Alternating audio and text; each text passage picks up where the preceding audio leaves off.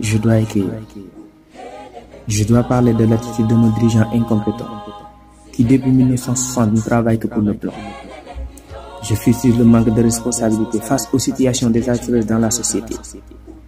Au moment où des jeunes patriotes luttent pour la liberté, on les tue et sont rejetés.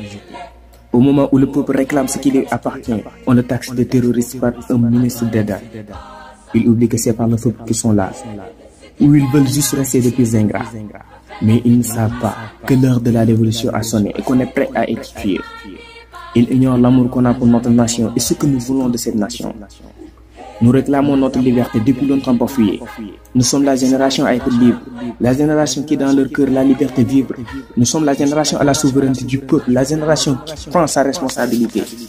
Nous sommes la génération de la révolution, la génération prête à mourir pour sa nation. Nous sommes la génération au courage inébranlable, la génération dont l'impatriotisme serait blâmable. On se bat pour notre liberté et pour la liberté des peuples opprimés. Nous nous battons pour se libérer et libérer notre justice confisquée.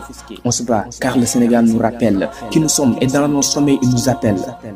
Le Sénégal, notre père bien-aimé, appelle ses fils pour sa liberté. Il pleure de voir ses fils emprisonnés et d'autres mochement tués. Il pleure la mort de Bassirou Gaye, Balla Gaye, Fallou Sène. Il pleure la mort causée par des personnes malsaines. Il pleure la mort de Baye Cheikh Diop et de Cheikh Koli, tués par le gouvernement et sa crise de folie.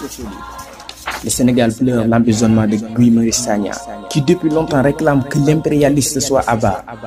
Il pleure l'injustice sur Ousmane Sonko emprisonné, ce patriote qui n'a jamais cessé de se battre pour la liberté. Le Sénégal pleure tous ces dignes fils qui sont tués par leurs propres frères sous l'ordre d'un homme pesté. Le Sénégal pleure d'avoir à sa tête un dictateur qui essaie toujours de semer la terreur. Il tue sans vergogne. Mais nous ne reculerons pas, car la nation est notre besogne. Il tue, car il a peur de cette génération prête à mourir pour sa libération.